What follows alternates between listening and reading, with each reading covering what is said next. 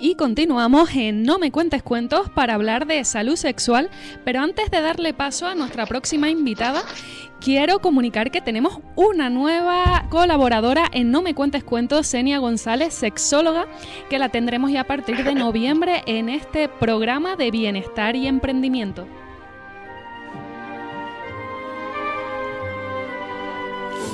Ahora vamos a dar paso a Chaxirasi Guedes de Chiquita pero Matrona. Chaxirasi, bienvenida a No me cuentes cuentos. Bien hallada me encuentro para no contar cuentos. Chaxirasi, vamos a hablar de salud sexual. ¿Cómo se puede llegar a tener una salud sexual saludable?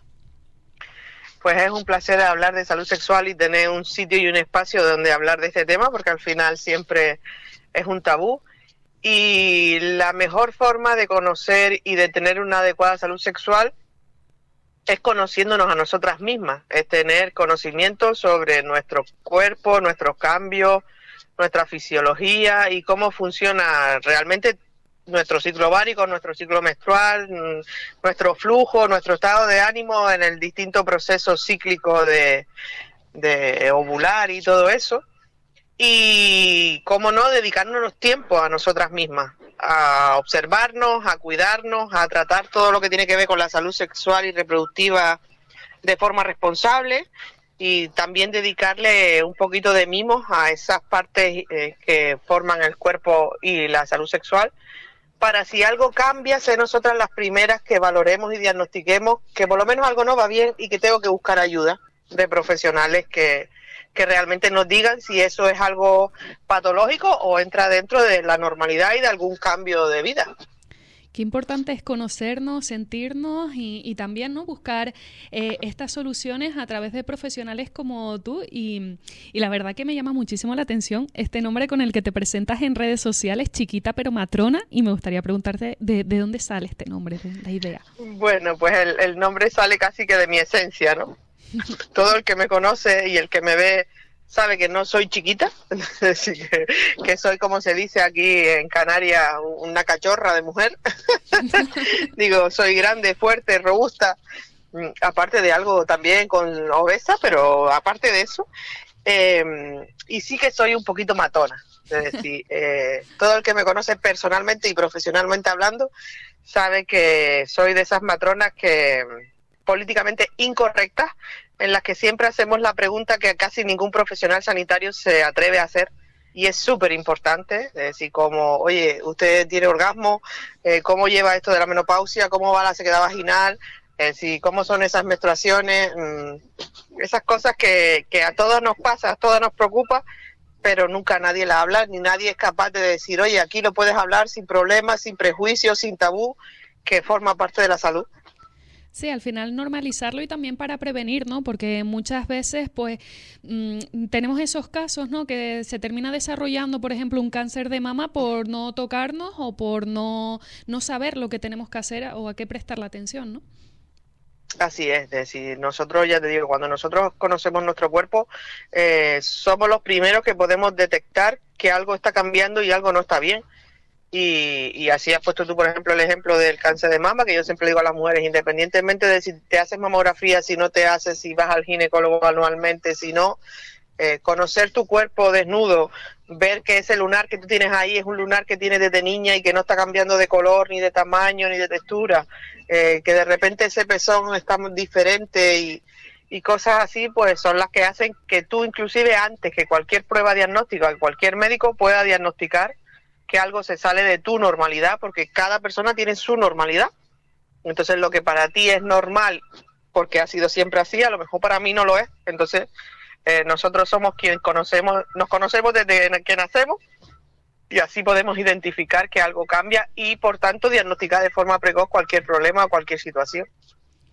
O sea, además, hablando aquí de naturalidad y como si nadie escuchara, ¿se romantiza el embarazo, Chaxirasi? Bueno, rotundamente sí. Es decir, ya desde las películas de Disney hasta nuestra educación en casa, es decir, nuestros padres siempre nos han hecho la vida tan fácil y tan sencilla que casi que nosotros también cuando nos va a tocar ser madres pensamos que es fácil y sencillo, pero luego ya decimos, ay, mi madre, qué bien lo hicieron mis padres, tapando todo lo que era difícil, y nosotros como niños solo nos dedicamos a ser niños, ¿no? Sí. Pero aparte de la educación que nos han dado siempre, realmente se romantiza mucho el embarazo, porque allá donde vamos a buscar la información, bien en redes sociales, en internet, lo que sea, pues casi siempre la gente expresa lo bonito de la vida. Es decir, sus fotos más bonitas, sus cosas más reales, menos reales, pero que uno quiere enseñar. Inclusive cuando buscamos información, la información también nos viene sesgada. Es decir, nosotros al final a veces recibimos la información que queremos escuchar. Es decir, y en Instagram y en redes sociales y en eso y en el TikTok y eso nos saltan mensajes que no son realmente a lo mejor los negativos de la maternidad o del posparto o de la crianza, sino casi siempre pues lo que nosotros hemos hablado con las amigas, ¿no? De hecho, todos alguna vez en la vida decimos, parece que el internet me escucha, porque antes de ayer estaba hablando con mi amiga del carrito que me gusta, de la funda color vaquera, y ahora me salen carritos con fundas color vaquera. Es decir, casi siempre la información también que nos llega es sesgada. Y no se habla 100% abierto ni en las amistades, ni en la familia, ni en redes sociales, de lo que es la renuncia de la maternidad. Más o menos se está oyendo eso un poco, pero no se habla alto y claro, y entonces, claro, cuando uno no tiene claro qué es esto de la renuncia, pues luego cuando sucede, pues a uno le afecta, porque realmente cuando tú te planteas ser madre, tienes que tener claro que el ser madre te implica renunciar. Sí, porque la vida cambia, tu trabajo cambia, tu jefe cambia, tus amistades cambian, la relación de pareja cambia, hasta tu cerebro y tus prioridades personales y tu esencia cambia. No quiere decir que sea peor, pero sí que si no tienes claro que esos cambios van a suceder, pues a veces uno los trata como desconocidos y a veces como negativos. Sí. Y entonces hay que hablar de lo bueno, de lo malo, de lo real y de lo irreal, y de lo que son sueños y se pueden cumplir, y de los que son sueños y no dependen de uno mismo que se cumplan. Claro, y también hablar desde las dos partes, ¿no? Porque también tenemos a esos padres. Yo tengo un amigo que acaba de ser papá y le pregunté ¿qué tal lo llevas? Y me dijo, soy muy mal padre si te digo que socorro. Claro, es que como ese es el problema, cambia. que nadie habla del tema. Y a todos nos pasa, o sea, solo te dicen, no vas a dormir mucho, la lactancia a veces es dolorosa y poco más. Y realmente todo cambia, y depende de si lo conoces, lo aceptarás y verás que es un placer, porque es algo que tú has decidido. Pero si no se conoce, cuando vaya llegando es como decir, mira, todos los días me viene una nueva realidad, que no sé si estoy preparado para que todos los días tener estas emociones tan fuertes. Y a veces pues eso, uno no se prepara para tantas cosas. Claro, y en tan corto tiempo, ¿no? Porque después de este embarazo hay muchas mujeres que experimentan la depresión posparto, ¿verdad? Sí, bueno, la depresión posparto realmente es una enfermedad emocional y de salud mental que, según la estadística, dice que afecta más o menos al 15% de las mujeres en España, y un 80% aproximadamente lo que se llama la tristeza puerperal o el baby blue.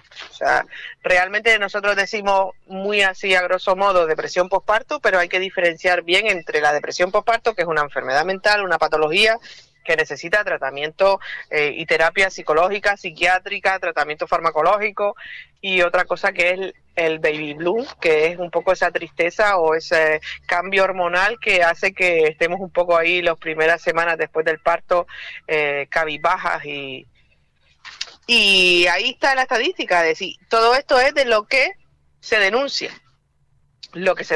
o lo que se diagnostica, porque hay mucha gente que sufre su tristeza puerperal y su depresión en casa y no lo expresa, no lo verbaliza y no va a buscar ayuda. Entonces es una realidad que todo este cambio hormonal y todo este cambio de vida puede afectar emocionalmente, y oye, con un buen diagnóstico, un buen tratamiento, un buen acompañamiento por la familia y por profesionales sanitarios, pues se sale de esto. Pero es verdad que hay que estar cerca de las mujeres en el posparto, aunque siempre digan, ¿qué tal todo? ¿Todo bien? Porque realmente a lo mejor no todo está bien y sí que necesitan de alguien que les escuche sin prejuicios y sin juzgar y sin que ellas tengan miedo de expresarse. Claro, es que son muchos cambios en un periodo, ¿no? En el que, bueno, se pasa por el embarazo, por la lactancia, por la crianza. ¿Qué etapa crees tú que es la más complicada? Hombre, yo creo que complicadas pueden ser todas o ninguna. Intensas son todas. por el hecho que te decía de que todos los días cuando una vive el proceso inclusive de búsqueda de embarazo, todos los días es una experiencia nueva. Que no quiere decir que sean negativas, pero es verdad que una se pasa la vida en una montaña rusa porque cada día no sabes lo que te espera. La naturaleza es así de divertida y mientras buscamos embarazo, cuando nos quedamos embarazadas, cuando damos a luz, cuando tenemos un recién nacido que casi no conocemos y estamos ahí en ese periodo de enamoramiento y de conocimiento, pues es intenso. Yo no te podría decir, yo como profesional y como madre, que tengo 3 hijos, no te podría decir cuál es a veces la más dura, pero sí es verdad que a lo mejor el embarazo y la lactancia tienen fecha de fin, ¿sabes? Entonces en algún momento el embarazo dura 9 meses y se pasa, la lactancia puede durar eso, meses, 1 año, 2 años, 3 años, lo que mamá y bebé les apetezca, pero tiene fin, la crianza es para toda la vida, entonces a lo mejor por ser tan larga, pues a lo mejor es la más complicada. También porque yo siempre digo que hay muchas catedráticas, perdón a las catedráticas, también en el género masculino cuñado, o sea, mujeres, madres, tías, primas, vecinos, cuñados, que no han estudiado nada relacionado con el embarazo, el parto y la crianza, o sea, de la evidencia científica y de saber qué es sano y qué es lo que es bueno y adecuado para el desarrollo de los niños, pero opinan siempre, ¿sabes? Entonces a veces la familia con estas catedráticas y catedráticos llega un momento en que o se estresan o se agobian o siguen indicaciones y recomendaciones que no son actualizadas y pueden poner en peligro la vida y la salud de la mamá y del recién nacido. Sí, sabemos que opinar sin saber en este país es deporte nacional. Sí. Yaxiraxi, ¿cómo afecta al desarrollo del bebé el nacer por parto natural o por cesárea? A ver, realmente en el desarrollo del bebé o ya del niño más grande no afecta el haber nacido por cesárea o el haber nacido por parto vaginal. Es decir, están esos 2 tipos de parto que lo ideal es usarlos según la evidencia científica para cuando corresponde y cuando toca. Es decir, está ahí porque al final cuando se hace una intervención en cualquier parto y no puede terminar de forma natural, es porque realmente hace falta al bebé y a la seguridad de esa mamá y ese bebé en ese proceso. Lo que sí es cierto es que afecta a por ejemplo, el proceso de a lo mejor enfermar, porque hay patologías que pueden suceder en los niños, inclusive en las madres, por el proceso quirúrgico. Entonces, oye, los niños que por ejemplo nacen por cesárea tienen más riesgo de una enfermedad pulmonar y respiratoria que se llama enfermedad de membrana hialina, que es porque el líquido amniótico a lo mejor le puede quedar dentro del pulmón, que cuando pasa por el canal del parto, como que el parto lo drena y hace que no tengan tanto líquido en el pulmón al nacer y por cesárea no. Por ejemplo, las mujeres que tienen una cesárea tienen más riesgo de una infección postparto, una infección quirúrgica, que no por vía vaginal. Pero sí que emocionalmente y en todo lo que tiene que ver con la salud mental, sí que depende de los protocolos del hospital donde tengamos un parto o una cesárea, sí puede afectar en el bebé y en la mamá, sobre todo en eso que se llama el vínculo. El vínculo es ese proceso en el que mamá y bebé se ven, se conocen y emocionalmente se vinculan para toda la vida, que ya los hacen cuando están en el vientre materno, pero eso que uno lee ahí y ve en internet de cuando se conectaron los ojos, se enamora mamá del bebé y bebé de mamá y algo cambia en el cerebro. Decía, a veces si los protocolos de las cesáreas y las intervenciones quirúrgicas son muy estrictos, en el que mamá y bebé realmente se separan durante 2, 3, 4 horas después del parto, porque la mamá tiene que ir a una unidad de reanimación o del despertar, como se llama, y entonces ahí no pueden ir bebés porque hay otras personas que han tenido cirugías por otro tipo de cosas. Pues ese tránsito de las 2 o 3 primeras horas de vida de los bebés, que es muy importante para la instalación de la lactancia materna, para el vínculo, de decir, si se pierde por los protocolos hospitalarios, pues sí que puede afectar a la salud del bebé y de la mamá. Pero casi que siguiendo las evidencias científicas, hasta esos protocolos y esos hospitales y esa forma de nacer está cambiando. Y es lo que se llama humanizar la cesárea, que dices tú, oye, dentro de que es una intervención quirúrgica, que a veces es más urgente, a veces menos, también se puede hacer con un poco más de tacto para beneficiar a mamá y a bebé. Bueno, sabemos que los bebés no vienen con instrucciones debajo del brazo, los padres lo hacen lo mejor que pueden con las herramientas que tienen, pero ¿nos podrías dejar algún tip para hacerlo un poquito mejor? Hombre, el primer tip y el más importante es que el embarazo sea deseado. Es decir, todavía en el siglo XXI existen muchísimos embarazos no programados. Es decir, bien porque no, algunas parejas no usan anticonceptivos, o porque le falla el método, o porque se toman un descanso, o por cualquier cosa. Y claro, es decir, la estadística siempre dice que los embarazos no programados y no deseados tienen más repercusiones a veces negativas en el proceso de embarazo y después en la crianza y en los niños. Entonces, el primer tip es que realmente busquemos el embarazo cuando nosotras queramos, cuando realmente estemos dispuestas a que nos cambie la vida, casi siempre en positivo, digo yo, pero bueno, a veces hay gente que le dice que le cambia en negativo, y no bajo las presiones de es lo que toca, de tu familia o tus amistades alrededor, de oye, ¿y cuándo te vas a animar? ¿Cuándo vas a buscar el bebé? ¿Cuándo vas a buscar el segundo? Que a veces, muchas veces es la presión social la que nos mete a la pareja al decir, oye, que nos va tocando, ¿no? Entonces, el primer tip es que tú decidas cuándo quieres ser madre, lo programes también tú físicamente, revisando tu proceso de salud. Es decir, oye, pues si fumas, pues lo ideal es que busques el embarazo ya cuando hayas dejado de fumar, revises tu calendario vacunal y todas esas cosas. O sea, todo un poco yendo a la perfección para que en teoría cuando se engendre ese bebecito todo vaya mejor. El segundo tips es realmente que tú y tu pareja hablen y se comuniquen mucho y decidan cómo quieren llevar la crianza de ese bebé. Es decir, porque tendremos, como yo les decía antes, a muchas catedráticas, catedráticos cerca, pero si la pareja está fuerte y la pareja tiene claro cómo quiere criar a su bebé y cuál es su filosofía de vida, simplemente tiene que explicarle a los demás cómo lo quiero hacer yo y respeten la decisión que nosotros hemos tomado. Porque a veces también por no incomodar o molestar a los padres, a los suegros, pues uno a veces no es 100% fiable consigo mismo y no puede hacer las cosas como les gustaría o les apetece. Y el último tips es que haya mucho amor. Es decir, al final, cuando hay amor, todo fluye. Es verdad que en algún momento nos estresamos, nos agobiamos, queremos echarle un grito a nuestro niño y nosotros inclusive perdemos los nervios, pero si pensamos siempre y tenemos en mente que primero los más indefensos son los niños y por tanto ni físicamente, ni emocionalmente, ni neurológicamente son capaces de asimilar todo lo que nosotros como adultos podemos asimilar.